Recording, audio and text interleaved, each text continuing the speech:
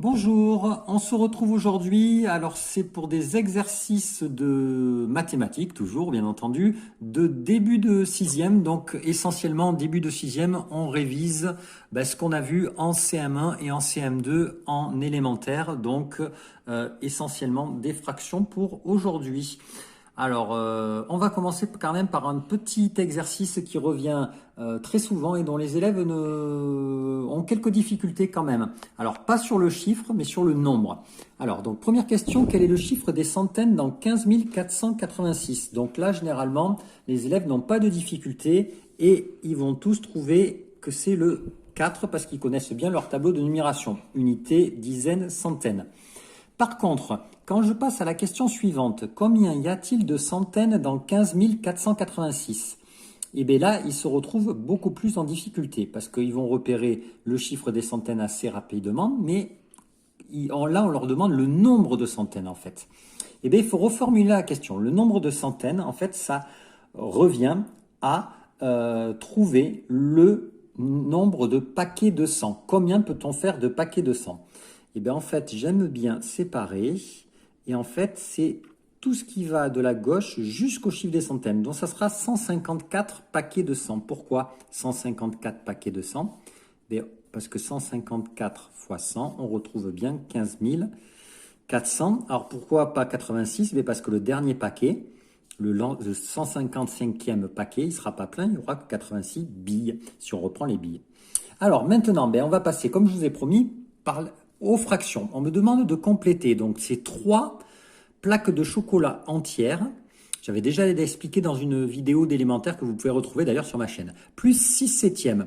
Donc ceux qui sont encore perdus, je vous conseille de les dessiner. Ça aura plus de sens. Donc là, par exemple, je dessine mes 3 plaques. Hop, 1, 2, 3 plaques. Et ma dernière, je ne l'ai pas mangée entière. Je n'ai pas été trop gourmand. Donc 1, 2, 3, 4, 5, 6, 7. On rappelle que la plaque est partagée en 7. Donc là, j'en ai mangé 6. Donc, et là, je les ai tous mangés, hein, donc il faudrait tous les assurer, voilà, mais je ne suis pas obligé de les découper, ça va plus vite. Donc du coup, ça fait 7.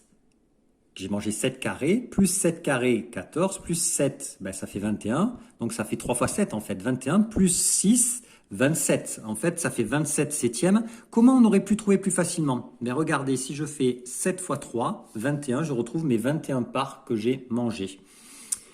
Pour le deuxième, on me demande l'inverse, c'est-à-dire qu'on me donne la fraction, il faut que je trouve sous la somme d'une fraction et d'un entier et d'une fraction. Donc du coup, 29e, et c'est partagé en 9. Forcément, là, si j'en ai 9, je vois bien que pour arriver à 20, j'en ai mangé plus que 9. Donc 9 plus 9, ça fera 18. Et la dernière, j'en ai mangé, on va voir combien j'en ai mangé, elle est partagée en 9. 1, 2, 3, 4, 5, 6, 7, j'en ai pas assez, donc j'en rajoute 8. 9. Donc là, j'en ai 18. Et si je veux arriver à 20, il faut que j'en mange 2. Donc du coup, c'est 2 plaques entières plus 2 parmi 9. Comment j'aurais pu retrouver plus facilement? 9 fois 2, ça fait 18. Donc je retrouve mes 2 plaques entières. Et pour aller à 20, il me faut 2 carrés supplémentaires sur ma 3e plaque. Voilà. Ensuite, on passe à un exercice sur les fractions décimales. Donc les fractions décimales, si vous êtes encore en difficulté, je vous conseille de faire le tableau de numération. Si vous avez plus de difficultés vu que vous êtes en 6e maintenant, vous pouvez directement le faire de tête. Donc là, si vous êtes en difficulté, je fais juste pour le premier en difficulté, unité, dixième, centième. Donc du coup, j'ai 1 dans la case unité et j'ai 4 dixièmes dans la case du coup des décimales des dixièmes. Donc ça me fait 1,4. Donc je peux écrire 1,4 et là, du coup, ça fera 1,5. Et donc je peux placer assez facilement le signe. 1,4 est plus petit qu'1,5. Donc maintenant, si vous avez des difficultés, continuez avec le tableau. Là, je vais le faire de tête. 5 dixièmes, c'est 0,5. Et 39 centièmes, si je le place dans le tableau, on voit bien que ça sera 0,39. Donc 5 dixièmes est plus grand que 0,39 puisque 5 dixièmes est plus grand que 3 dixièmes. On passe au dernier. 4 plus 3 dixièmes, ça va me faire 4,3. Et 39 dixièmes, ça va me faire 3,9. Donc du coup, facile, mon signe sera dans ce sens-là, puisque 4 entiers, c'est plus grand que 3 entiers. On passe à un petit problème sur les fractions. Donc, 3 camarades se partagent une plaque de chocolat. Emma mange 1/15e de la plaque, Mathilde en mange le tiers et Élise en prend 2/5. Est-il vrai qu'il reste alors 1/5 de la plaque? Bon, ben, le mieux, c'est de schématiser. Je fais ma plaque de chocolat et elle est partagée en 15, puisqu'on me parle de 15e. Donc 1, 2, 3, 4, 5, 6, 7, 8, 9, 10, 11, 12, 13, 14, 15.